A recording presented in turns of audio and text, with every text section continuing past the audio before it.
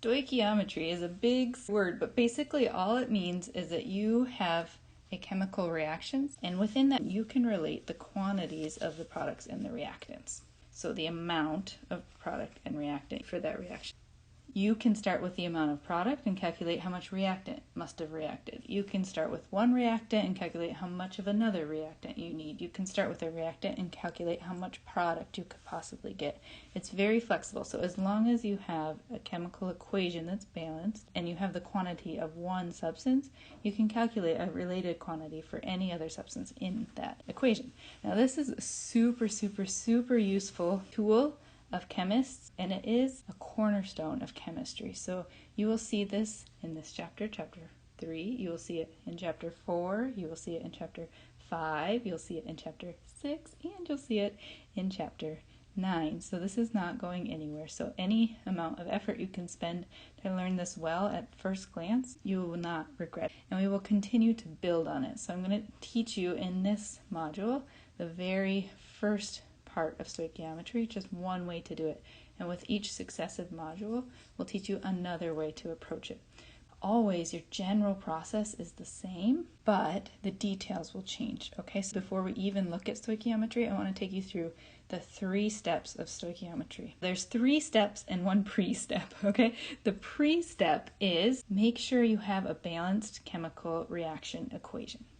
I've called that a pre-step because sometimes that's already done for you and sometimes you need to do that depending on your situation.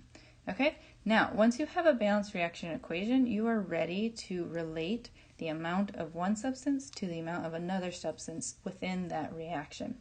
The first step is always get to moles. Because in your balanced chemical reaction, the different species are related to each other through moles. So when you're balancing a chemical equation and you're putting coefficients in them, you're balancing the amount of moles of a particular element in that reaction.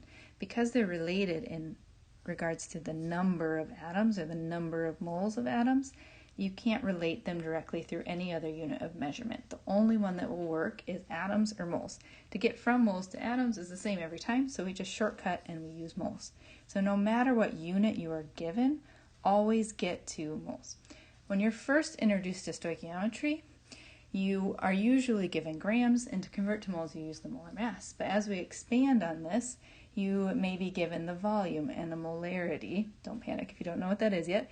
And then you wouldn't use the mass or the molar mass at all. You'll use the volume and the molarity, but your first step doesn't change. You want to get to moles.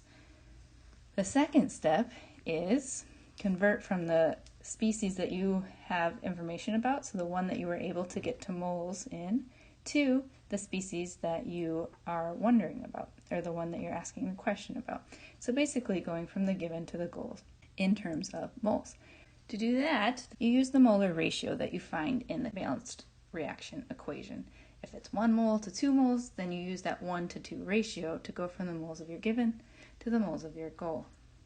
The last step is to go from the moles of your goal to whatever unit is asked for. Right now, as you're starting, we're usually going to be asking for grams. So converting from moles to grams, you're going to use the molar mass. But like I said, we're going to expand this to include a lot of other units. So I don't want you to get in your head that stoichiometry is grams, moles, moles, grams, because stoichiometry is whatever unit you have to moles, because that's how we can relate it to the balanced equation. And then from moles to moles of whatever species we're wondering about, and lastly, from that moles of that species to whatever unit we want. It's a very flexible process, but you always have to keep in mind what you're starting with and where you're going. So whatever you're starting with, you need to get that to moles.